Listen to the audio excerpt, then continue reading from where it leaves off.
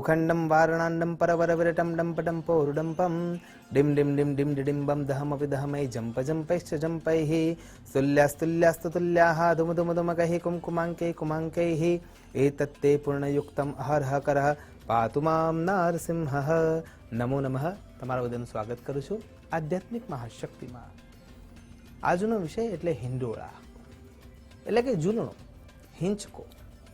આપણે બાલ મુકુંદને, મુરલી મનોહરને અને ઠાકોરજીને જે નામ દઈએ તે, પણ આપણા ઈષ્ટને જ્યારે આપણે ઝૂલણો ઝૂલાવતા હોઈએ છીએ ત્યારે ખરા અર્થમાં એ ઝૂલણો કે હિંડોળો અથવા જો બાલ્ય અવસ્થાને આપણે ધ્યાનમાં રાખીને એને ઘોડિયાના રૂપમાં જોઈએ છે તો પણ કે પારણાના રૂપમાં જોઈએ છે તો પણ આ એક બહુ જ મોટો મહોત્સવ છે।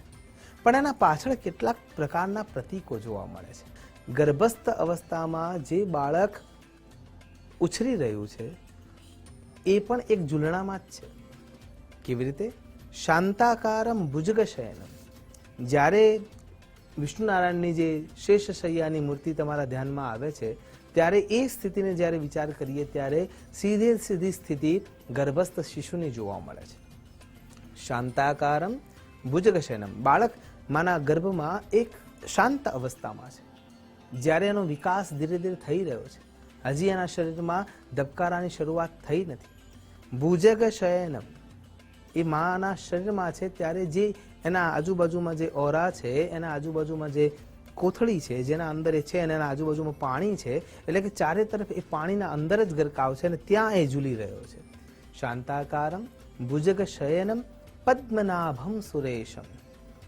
ભગવાનના નાભી કમળમાંથી બ્રહ્માજીની ઉત્પત્તિ જોવા મળે છે, એમ અહીંયા માના શરીરમાંથી નાળ દ્વારા એ બાળક ભોજન ગ્રહણ કરી રહ્યું છે, શરીરની ઉર્જા પ્રાપ્ત કરી રહ્યું છે અને જીવંત થઈ રહ્યું છે અને ધબકારા આવવા પછી, અવયવો આવવા પછી ધીરે ધીરે એનો વિકાસ થઈ રહ્યો છે। જીવાત્મા જેમ આપણે કપડાં બદલીએ છીએ ગીતાજીના આધારે જોવા જઈએ તો, એમ જીવાત્મા શરીર બદલે છે અને હિંચકો એનું તો પ્રતીક છે કે જે જાય છે એ જ પાછું આવવાનું છે। એટલા માટે જાતસ્ય હિ ધ્રુવો મૃત્યુ ધ્રુવમ જન્મ મૃતસ્ય છે, આ નિયમ ત્યાં લાગુ પડી જાય છે અને એટલે જ આપણે એમ કહી શકીએ છીએ કે હિંડોળો આપણા જીવનનું પ્રતીક છે। ભગવાન બાલ મુકુંદને આપણે હિંડોળામાં સુવડાવીએ છીએ, જેને દેશી ભાષામાં જોવા જઈએ તો ઘોડિયું કહીએ છીએ। એને જો પ્રતીક રૂપે વિચાર કરવો હોય તો બંનેમાં ઘણી સમાનતા છે અને પ્રતીક રૂપે જ્યારે આપણે વિચાર કરીએ છીએ તો ઘોડિયાને 4 પાયા હોય છે અને ચારે 4 પાયા 4 પુરુષાર્થનું પ્રતીક છે: ધર્મ, અર્થ, કામ અને મોક્ષ। આ 4 પુરુષાર્થ કોના સાથે સંકળાયેલા છે? તો વચ્ચેની એક ઈખ છે, એ ઈખ છે એ 84 લાખ યોનિઓનું પ્રતીક છે। 4 પુરુષાર્થને પાર પાડવા માટે જીવાત્માએ આ 84 લાખ યોનિઓમાં પરિભ્રમણ કરવાનું છે અને એટલા માટે એ ઈખ ચારે 4 થાંભલાઓના મધ્યના કેન્દ્રમાં છે અને જ્યારે એ 84 લાખ યોનિમાંથી પરિભ્રમણ કરતા કરતા આપણું જીવન ચાલતું હોય છે એ વખતે ઘોડિયાના નીચેના ભાગમાં બંને જગ્યાએ હુક લાગેલા છે। એક હુક ધર્મનો છે, એક હુક કર્મનો છે।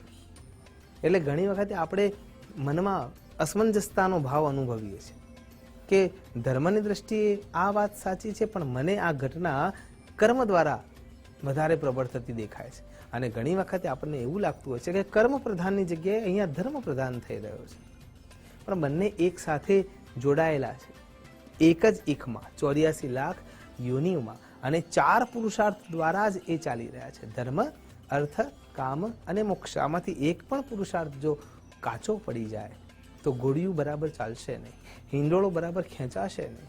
અને હિંડોળામાં અને ઘોડિયામાં ફરક આટલો જ છે કે જ્યારે હિંડોળો તમે લગાવો છો તો એ ચારે 4 પાયા ઉર્ધ્વગામી બને છે, કેમ કે એમાં ઈશ્વર વિરાજમાન છે અને આ જ્યારે ઘોડિયામાં છે ત્યારે એ અધોગામી પાયા બને છે। એના કારણમાં એ છે કે આપણા હૃદયમાં ઈશ્વર છે, એને શોધવા માટે આપણે ઉર્ધ્વગામી બનવાનું છે અને એટલા માટે હિંડોળામાં ઝૂલતા પૂર્વે ઘોડિયામાં ઝૂલવું પડે છે અને એટલા માટે માં જશોદાજી એ બાલ મુકુંદને, બાલ ઠાકોરને ઘોડિયામાં ઝુલાવી રહ્યા છે। બા યશોદાજી હિંચકામાં, હિંડોળામાં અને પારણામાં ઝૂલવી રહી છે। એ જ ભાવથી આપણે એને હિંડોળા ઉત્સવ કરતા હોઈએ છીએ. તો ત્યાંથી આગળ જ્યારે વિચારીએ છીએ ત્યારે ઘોડિયામાં બે સળિયા છે અને એ બંને જે સળિયા છે એ પ્રતીક તો જોવા જઈએ તો મન અને આત્માનું છે. કેમ કે મન અને આત્મા બંને અલગ અલગ વિચારો આપણને આપે છે. મન એમ કહે છે કે આ મારી લાલચ છે, આ મારો લોભ છે, આ મારી કામના છે અને જ્યારે મારે એને પ્રાપ્ત કરવું છે તો હું કોઈ પણ દાવપેચ રમી શકીશ.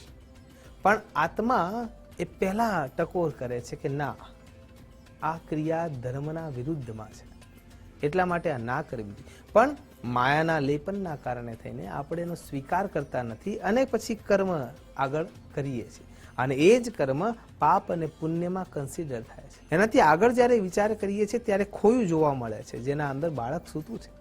એ આપણા સંસ્મરણો અને ક્રિયાઓનું પ્રતીક છે અને એ સંસ્મરણો એટલે જે પૂર્વજન્મના અંદરથી આપણે સંસ્કાર લઈને આવ્યા છીએ. શાસ્ત્ર એવું સ્પષ્ટ રૂપે કહે છે કે 40 દિવસ સુધી દરેક જીવાત્માને પોતાનો પૂર્વજન્મ યાદ હોય છે.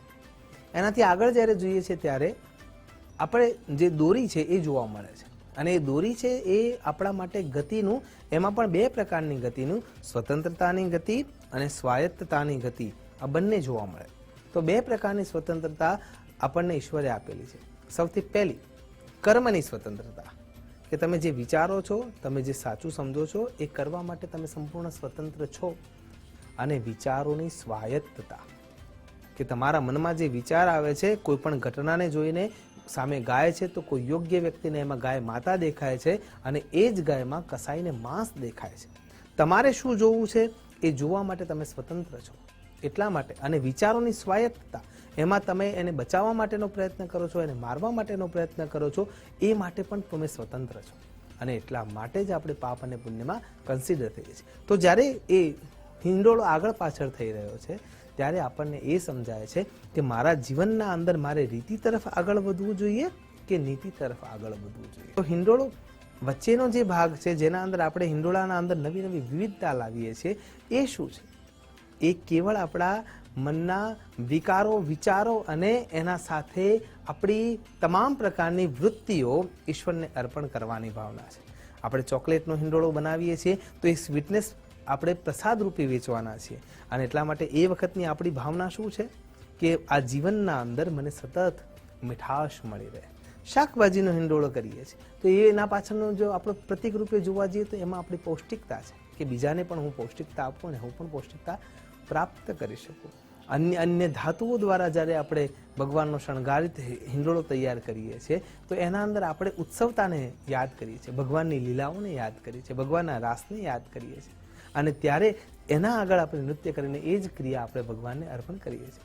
56 ભોગ આગળ ભગવાનને ધરાવીને તમામ પ્રકારના લોકોને અર્પણ કરવાનો પાછળનો હેતુ પણ આ જ છે કે ઈશ્વર જગતનું પાલન કરે છે અને આ એનું આપેલું અનાજ આપણે બીજાને આપીને એનું પોષણ કરવા માટેની તત્પરતા દાખવીએ છીએ. અને અન્ય પ્રકારની જેટલી પણ આપણા મનમાં વિચારો આવે છે અને એનાથી આપણે જે હિંડોળાને શણગારીએ છીએ એ તમામ શણગાર કેવળ અને કેવળ ઈશ્વર પ્રદત્ત થાય છે અને એટલા માટે આ હિંડોળા ઉત્સવ આપણા માટે મહત્વનો બની જાય છે. અને પ્રતીક રૂપે જ્યારે વિચાર કરીએ છીએ ત્યારે હિંડોળો આપણા જીવનનું આંદોલન છે. એક એક શ્વાસ જાય છે ને એક એક શ્વાસ આવે છે. તો અહીંયા જ્યારે ઈશ્વરને આપણે હિંડોળે હિંચાવી રહ્યા છીએ ત્યારે આપણા પાછળના મનની ભાવના એક જ છે કે મારું જીવન શ્વાસે શ્વાસે જે આવાગમનનો હિંડોળો છે, જે હૃદયસ્થ ભાગમાં ધબકારાનો હિંડોળો છે, એ ભાગમાં હે ઈશ્વર તું સતત રમણ કરતો રહેજે. અને આ ભાવથી આપણે હિંડોળા ઉત્સવ કરીએ છીએ. આશા કરું છું ભગવાન શ્રી હરિનારાયણનું આરાધન કરતા આપણે સતત હિંડોળાના જેમ જે ભવાટવી ભવ સિંધુ ભવ સાગરમાં આમથી આમ ગોતા ખાઈ રહ્યા છીએ અને એમાં ક્યાંક ને ક્યાંક ફસડાઈ રહ્યા છીએ, એમાંથી એ સિંધુ તરી શકાય. અને મીરાબાઈના શબ્દો, ફિકર નહીં મોહે તરનન કી, મુझे લાગી આસ હરિદર્શન કી, એ આપણને મળી જાય એ જ અભ્યર્થના સાથે નમસ્કાર. અસ્તુ સદા શિવોહમ. નમો નમઃ.